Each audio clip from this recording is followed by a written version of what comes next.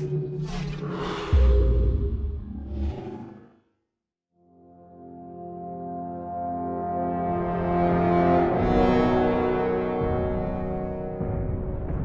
map pack in some ways is one of our first full direct Halo game projects.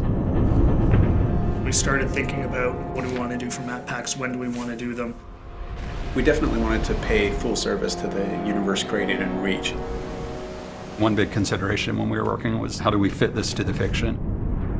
All these maps are unique from the story standpoint of being places that are snapshots around the Reach universe as Reach is falling. You're constantly confronted with the fact that there's this beautiful place, but it's not going to be there forever.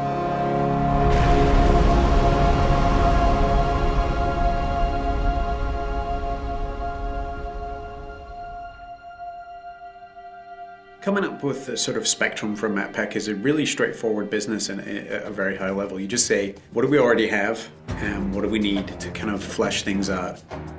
Everyone on the right side is working on super top secret stuff I can't talk about. And then everyone over here is also working on super secret stuff. Certain Affinity, we're an independent developer. It's kind of spread out where we have our down here in Austin, Texas.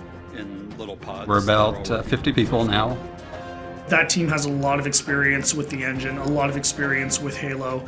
Incredible Halo fans, obviously, because so many of them have been involved in the games before. On Halo 1, I ended up doing the user interface. Halo 2, I shifted to development. On Halo 3, I was multiplayer online lead.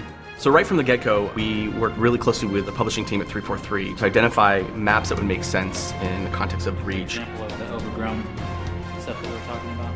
It was great because CA was crazy passionate. Like, these guys just showed up with a huge list. And it was more a question of just, okay, well, we can only make so many of these, so, let's get to ones that we think kind of fit the fiction, fit the flow. There was a lot of exploration and a lot of collaboration between the two groups. One idea that came to mind was, wouldn't it be awesome to have a multiplayer map that you can see the planet getting glassed below you? Condemned takes place high above Reach on a space station, somewhat decimated by Covenant attack. So when we started Condemned, we wanted to make a map that was really fun for close range, but still had some long range sniping stuff in it. We're looking at Lockout specifically. What are some of the characteristics about Lockout that we think are so fun, and how can we take some of those and do them in a completely new map? Something that really pulls infantry together in a really tight environment. It is a circular map. How do we prevent people from just getting in this habit of going in a circle and never meeting each other? The low grav center, which we experimented with a couple different ideas on. Sort of this one spot where no matter where you are on the map, you can always get to the action quickly, or you can always get across the map quickly. It does change your gameplay style and things you need to do. You're kind of a sitting duck when you're sitting out there in low gravity, floating around. I remember at one point there was a giant energy beam that would come down, and if you were standing on that center platform at the wrong time, you would get blasted to smithereens. It was just encouraging people not to go into the center of the map, which is the exact opposite of what we wanted to do, so we just removed it. The earliest stages of the art pass were dark and much more creepy. If it's dark and industrial, it's really easy to get lost. So over the course of development, we decided to brighten this space more. And make it still retain a lot of the character we originally wanted, but to make it work. On a really tight map like Condemned, it's critical that the player is able to orient themselves.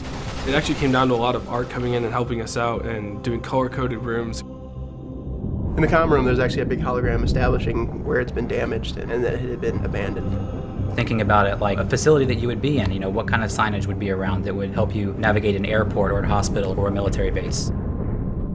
One of the effects which we iterated on the most was the shield door effect. We couldn't make it look like a shield from any other shield effect that you have in Halo because that would communicate a certain functionality.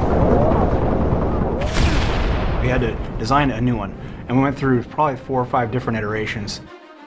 Some were way too strong and way too distorted because people want to be able to stand and shoot through the reactor core, so we couldn't do anything that would really obstruct the view.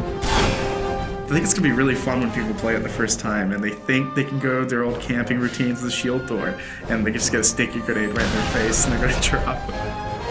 At the end, I feel like we have a map which has a lot of mood in each of the spaces and really feels unique, not just in and of itself, but to the rest of all the maps that are within the Halo franchise. We're looking at the story and the fiction, and we really want all of our maps to be set in very distinct locales.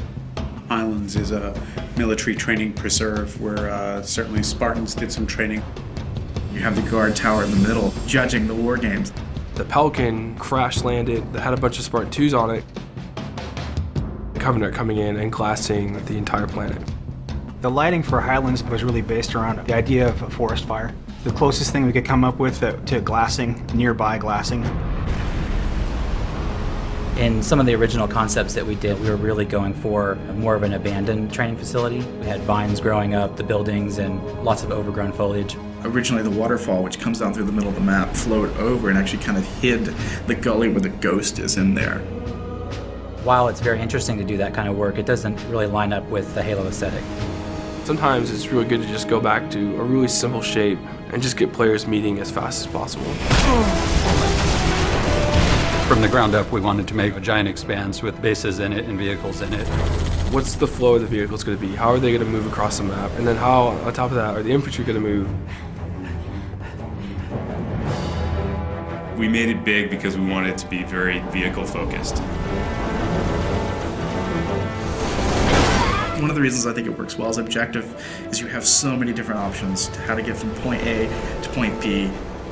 It's a weird hybrid of Blood Gulch style map kind of as a foundation, but mixed with these much more complex infantry spaces and these tighter spaces and all this verticality. But also having a variety of different locations that you can kind of hide and sneak and kind of make your way through the map and hopefully find the other person before they see you in the sights. Definitely speaks to the Halo of yore.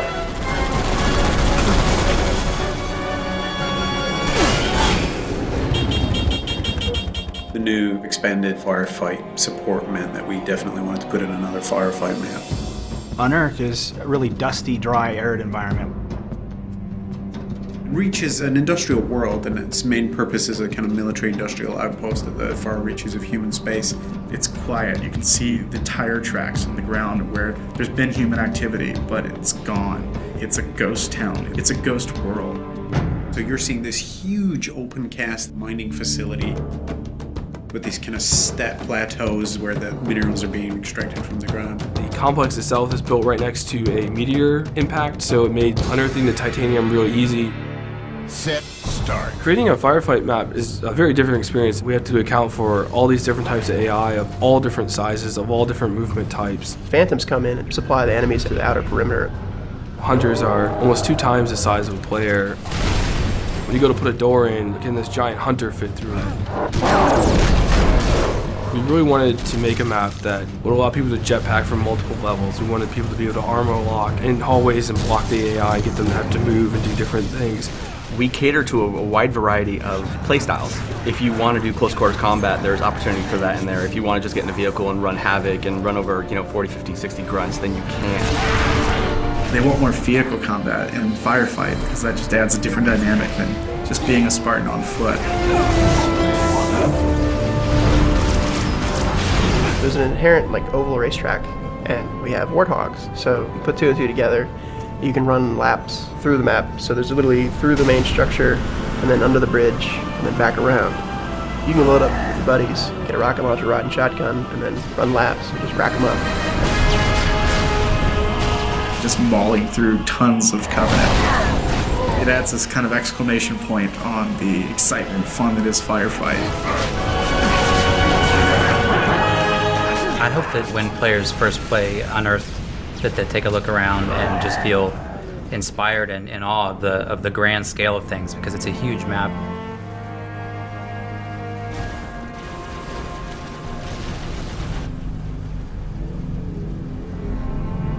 Unearthed is the calm before the storm.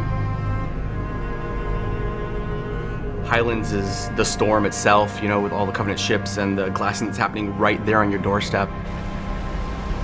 And then with Condemned at the very end, watching it all kind of go up in flames.